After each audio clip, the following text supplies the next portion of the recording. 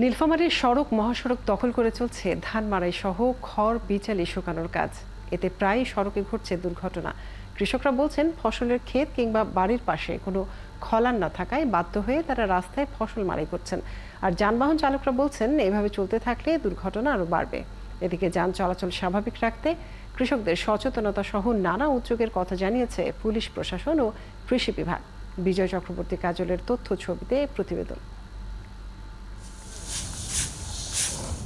ফসল মাড়াই ও শুকানো সবই চলে নীলফামারীর সড়ক মহাসড়কে।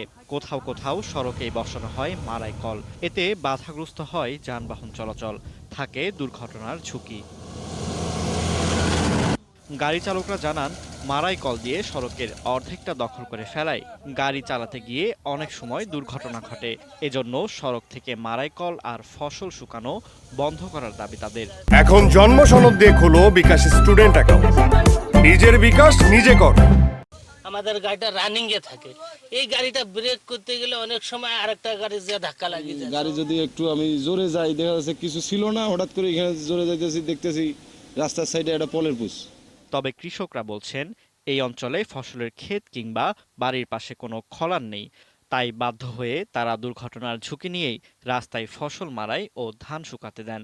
যদি ধান আমরা যদি রাস্তায় না শুকাই, কোথায় ধান শুকাবো? প্রতি ওয়াটে ওয়াটে যদি মনে করেন 2-4টা করে খলান যদি হইতো, তাহলে মনে করেন কৃষকের আমাদের জন্য খুব সুবিধাজনক হইতো।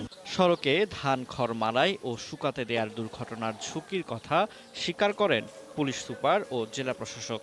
এজন্য ফসল মাড়াই ও শুকানোর বিকল্প ব্যবস্থা নিতে কৃষি বিভাগের দৃষ্টি আকর্ষণ করেন তারা। কোনো ভুট্টা কিংবা ধান হাইওয়ের উপরে না শুকায় কিংবা এরকম কোনো রাস্তার প্রতিবন্ধকতা না করে, সেই জন্য আমরা নিয়মিত অভিযান চালাচ্ছি। যারা চাষি ভাইয়েরা আছে, কৃষি বিভাগ অনুরোধ করেছি তারা যাতে এই চাষিদের মধ্যে এই সচেতনতা বৃদ্ধির কাজটি পরিচালনা করে। আর প্রতিটি গ্রামে ফসলের খলান তৈরিতে বিত্তবান কৃষকদের এগিয়ে আসার আহ্বান জানান কৃষি কর্মকর্তা।